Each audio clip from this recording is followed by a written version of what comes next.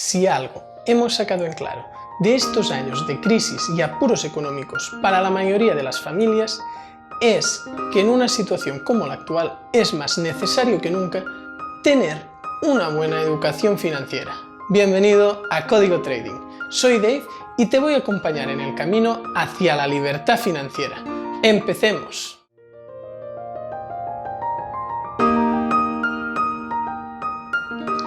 Para tener una buena educación financiera, tienes que tener claros ciertos conceptos y llevar a cabo prácticas que te ayudarán a sortear un temporal cuando llegue.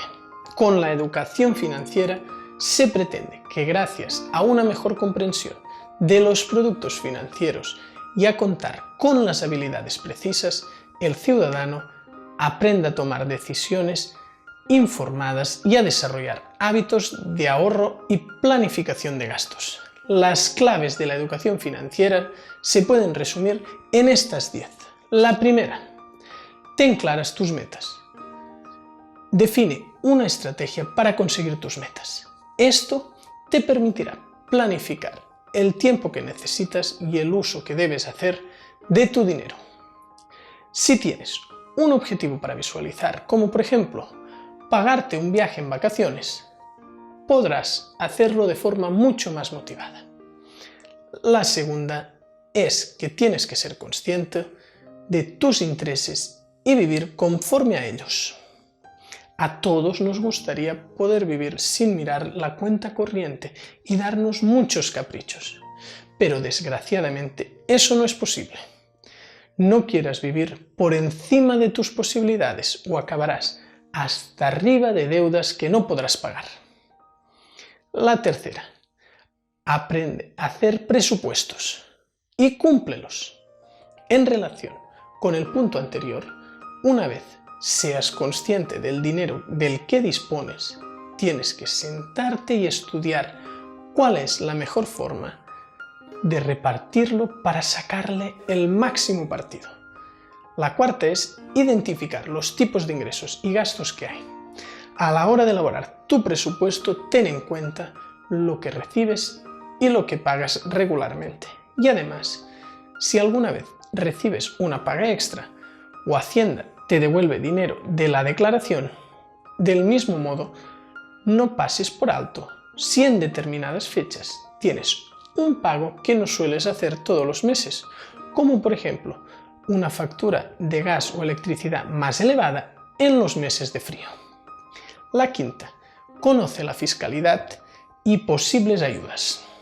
Quizá haya gastos que te puedes deducir a la hora de hacer la declaración de la renta, como por ejemplo lo que has pagado de material escolar. Existen también ayudas o descuentos por tipo de familia, situación económica, etc., de lo que te puedes beneficiar.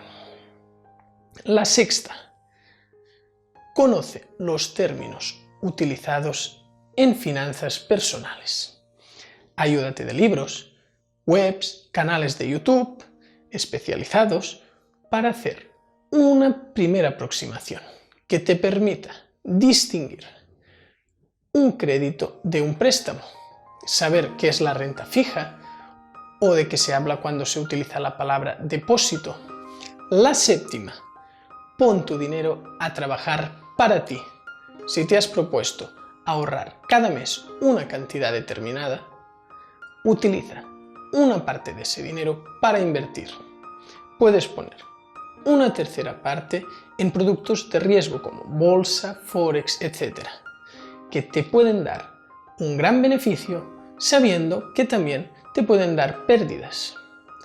La otra tercera parte, inviértela en algo más conservador, con productos bancarios de inversión, con capital garantizado, por ejemplo. Y finalmente, la otra tercera parte la pones debajo del cojín o en un banco, pero en cuentas corrientes o de ahorro, que no comportan ningún riesgo.